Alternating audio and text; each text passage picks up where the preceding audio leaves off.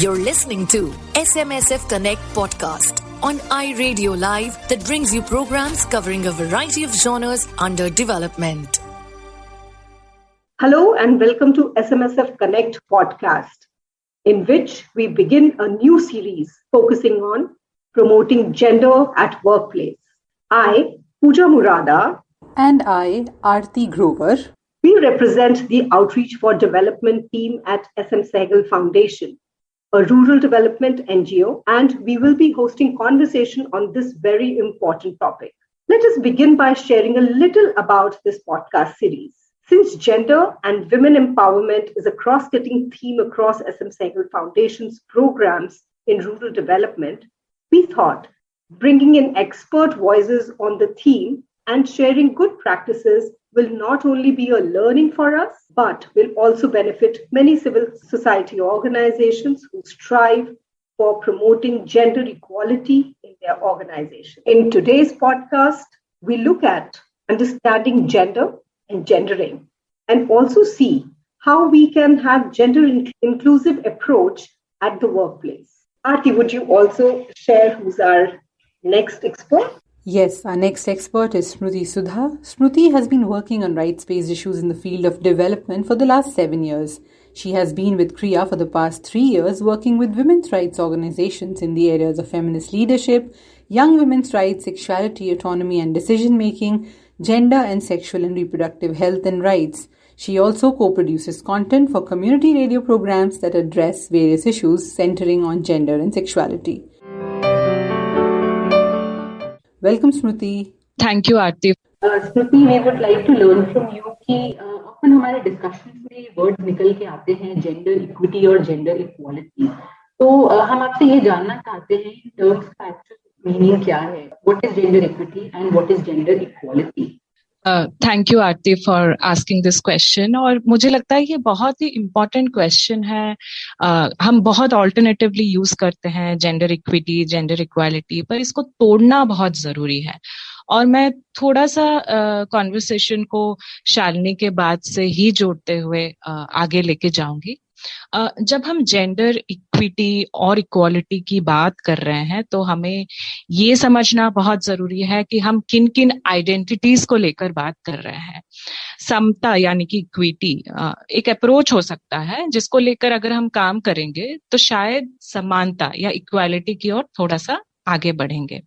ये जो आइडेंटिटीज के बारे में मैंने अभी बात किया, मैंने थोड़ा सा बोला, तो मैं सिर्फ पुरुष और महिला के बीच के समानता के बारे में नहीं बात कर रही हूँ. हमारे सोसाइटी में जैसे शालिनी ने बताया कि पुरुष और महिला के अलावा भी काफी सारे आइडेंटिटीज के लोग हैं जिनके बारे में हम नहीं बात करते हैं, अक्सर नहीं बात करते हैं. आप महिलाओं को ही देख लो, महिलाएं भी एक तरीके के नहीं होती हैं. Women itself is not a homogeneous category. कई तरह की महिलाएं हैं हमारे आसपास. सवर्ण महिलाएं हैं, दलित महिलाएं हैं, विकलांग महिलाएं हैं, ट्रांस महिलाएं हैं. ऐसे भी महिलाएं हैं जो अपने रंग रूप को लेकर बातें सुनती हैं. ऐसे भी महिलाएं हैं जिनको बोला जाता है कि तुम मर्दाना हो. तो आप महिला का भी एक जो ढांचा है वो सोसाइटी ने तय कर लिया है ना. मैं छोटा सा एग्जांपल दूंगी. आप दुकानों में भी लगे हुए ना मैनिक्वीन्स को देख लेंगे तो वो एक तरीके की महिला का मैनिक्वीन बनाते हैं और ये कहीं ना कहीं दर्शाते हैं कि यही आइडियल बॉडी है और यही एक आइडियल वुमेन है. अगर आप उस ढांचे में फिट नहीं बैठते हैं तो शायद you are not women enough. ठीक उसी तरह अगर कोई पुरुष है तो उनको रोने का हक नहीं होता. वो कितने मर्दाने हैं, क्या उनके चाल ढाल और उनके बिहेवियर मैस्कुलाइन इनफ है कि नहीं, ये भी सोसाइटी तय कर लेता है. And if they are not masculine enough then again उनको भी कई बातें सुननी पड़ती है. And then there are people जो महिला या पुरुष के ढांचे में अपने आप को नहीं देखते हैं. ऐसे भी लोग होते हैं जो अपने आप को महिला या पुरुष दोनों मानते हैं. सभी लोग सोसाइटी के द्वारा दिए गए ये ढांचे में अपने आप को फिट नहीं देखते हैं और मुझे लगता है ये जरूरी भी नहीं है. फिट बैठना भी जरूरी नहीं है. जब लोग इस ढांचे में फिट नहीं बैठते हैं तो वो हाशिए में गिने जाते हैं और वो क्यों हाशिए में गिने जाते हैं? क्योंकि वो काफी सारे चीजों से एक्सक्लूड हो जाते हैं, उनको वो सारी हकें नहीं मिलती है, एक डिग्निटी ऑफ लाइफ जिसको बोलते हैं वो नहीं मिलती है, उनके साथ डिस्क्रिमिनेशन होना शुरू हो जाता है। कभी कभी डिस्क्रिमिनेशन को रेजिस्ट करते हुए वायलेंस भी फेस करना पड़ता है, और इसीलिए जरूरी हो जाता है कि हम सभी जेंडर आइडेंटिटीज के लोगों के साथ काम करें। मैं एक एग्जांपल दूंगी। अगर हम एक सवर्णा महिला के लिए काम कर रहे हैं तो उसकी स्ट्रैटेजी थोड़ी सी अलग होगी, पर अगर हम एक विकलांग महिला के लिए काम कर रहे हैं तो उसके लिए स्ट्रैटेजी थोड़ी सी और गहरी होगी। सिमिलरली अगर हम एक दलित विकलांग महिला के लिए काम कर रहे हैं, उनकी स्ट्रैटेजी और भी गहरी होगी। फॉर एग्जाम्पल, मान लीजिए हम इन महिलाओं के साथ SRHR, जिसको हम sexual and reproductive health rights को लेकर काम कर रहे हैं। एक सवर्णा महिला शायद किसी पे डिपेंडेंट होकर एक हॉस्पिटल या आंगनवाड़ी सेंटर तक जा पाएगी, एक्सेस कर पाएगी, पर उसको घर से निकलने का कितना हक है ये देखना जरूरी है, अकेले निकलने का कितना हक है ये देखना जरूरी है। पर एक विकलांग महिला है, क्या वो भी अपने मर्जी से बिना किसी पे डिपेंडेंट हुए हॉस्पिटल या आंगनवाड़ी सेंटर जा पा रही है? क्या उसके पास उतना इकोनॉमिक इंडिपेंडेंस है कि वो जाके ये सारे SRH सर्विसेज एक्सेस कर पा रही है? क्या उसके लिए hospitals and anganwadi centres accessible बनाया गया है ताकि वो एक्सेस कर पाए उसको? वो विकलांग है।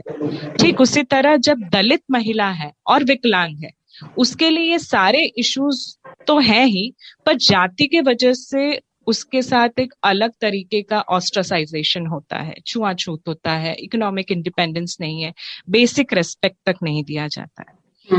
तो कौन कितने हाशिए में खड़े हैं, उनके जेंडर, जाति, वर्ण, धार्मिक पहचान, ये सबको लेकर हो जाती है, और सभी को वो जेंडर जस्टिस या वो हक मिल पाए, इसके लिए मुझे लगता है अलग अलग स्ट्रैटेजीज बनानी होती है, जिसको शायद हम इंटरसेक्शनल अप्रोच कह सकते हैं। हम इन्हीं सब इंटरसेक्शनल आइडेंटिटी के सभी हक और चॉइसेस को लेकर जब काम करेंगे, तब शायद इक्विटी नजर आएगी और हम जेंडर जस्टिस की ओर थोड़ा सा आगे बढ़ेंगे। बिल्कुल। तो जैसा कि आपने बोला कि समता से ही समानता आ सकती है, तो ये हमारे को बहुत क्लियरली समझ में आता है कि दोनों चीजें क्या है, इक्विटी और इक्वालिटी। और आपने बोला कि ये निर्धारित करता है अलग अलग जेंडर आइडेंटिटीज के ऊपर, और one size fit all approach बिल्कुल भी काम नहीं करती है। इसकी हर एक के लिए अलग अलग स्ट्रैटेजी है। तो इससे जुड़ा अगला जो मेरा सवाल है आपके लिए वो ये है कि हम हमेशा जेंडर जस्ट बिहेवियर की बात करते हैं, क्योंकि आपने आइडेंटिटीज की बात करी, तो जेंडर जस्ट होना ये बहुत इम्पोर्टेंट बिहेवियर हो जाता है। तो हम ये जानना चाहते हैं कि ये बिहेवियर कैसे इंक्लूसिविटी को प्रमोट करता है।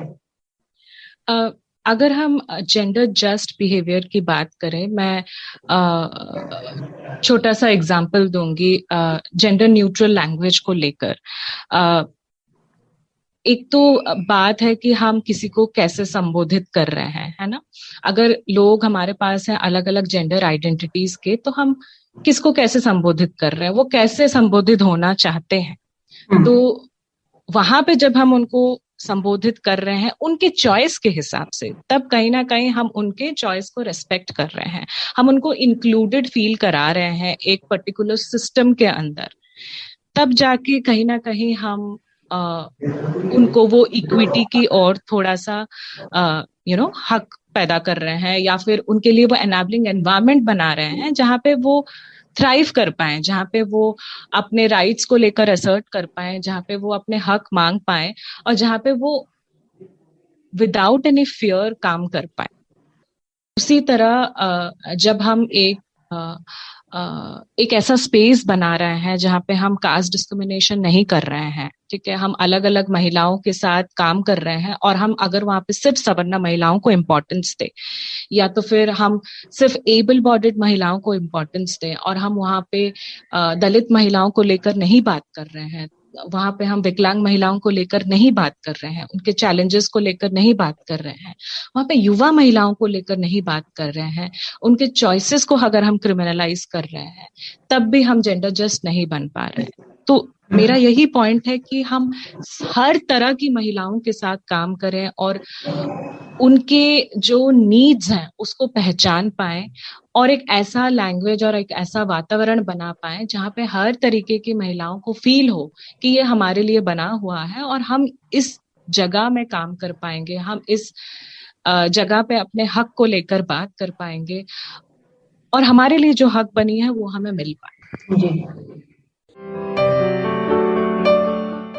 Thank you. This was really insightful.